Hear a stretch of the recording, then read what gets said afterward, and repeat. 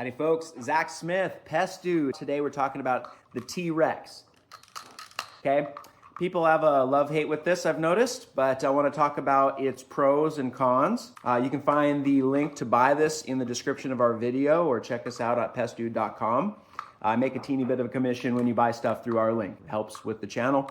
Mostly this channel is about giving away my knowledge to people who either A, don't have the bucks to hire pest control, B, really want to do it themselves, C, I want everybody to be safe, okay? This is a trap that can hurt you. A lot of pest control products can hurt you. I want to teach, okay? What I love about the T-Rex is right away, if you look here, there's a little bait cup.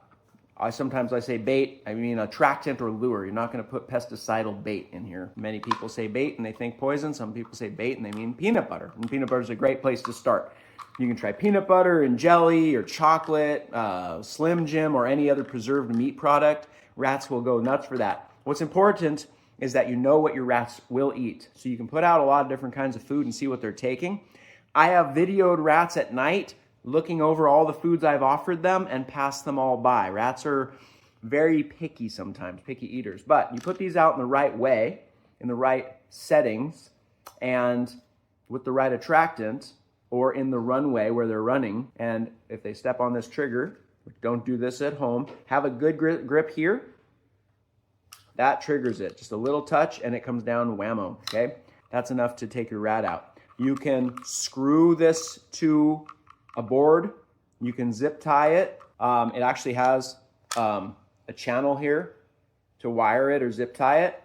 People use rubber bands, all sorts of manners to fix it to a place, especially if you're going, if they're running up and down the wall, like up a pipe or up your stucco, you'll see that rats will go. The world is a gravity-less three-dimensional wonderland for a lot of rats, okay? So you can put this in many configurations. If you're gonna use it where they're running, make sure they run through the jaws this way, not into the jaws. Rats aren't really big on running into the jaws. If you're gonna use it with the food lure and they're gonna put their head in there, they can come from all directions really. But if you're gonna use it as a positive set, which is no attractant needed, the rats are just kind of going in this direction, up against a wall, then they'll channel right through here. Then just make sure that they can step on this as they run and they'll get caught, okay?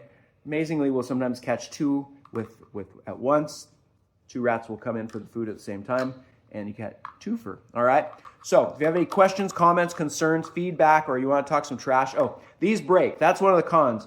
If you just trigger this, like with a stick, or you slam it, you don't do it with your finger, and you just let it slam shut, they will sometimes break because this is somewhat brittle plastic, so don't snap it a lot. That could break it. Otherwise, I don't have them break in the field, and they last a long time.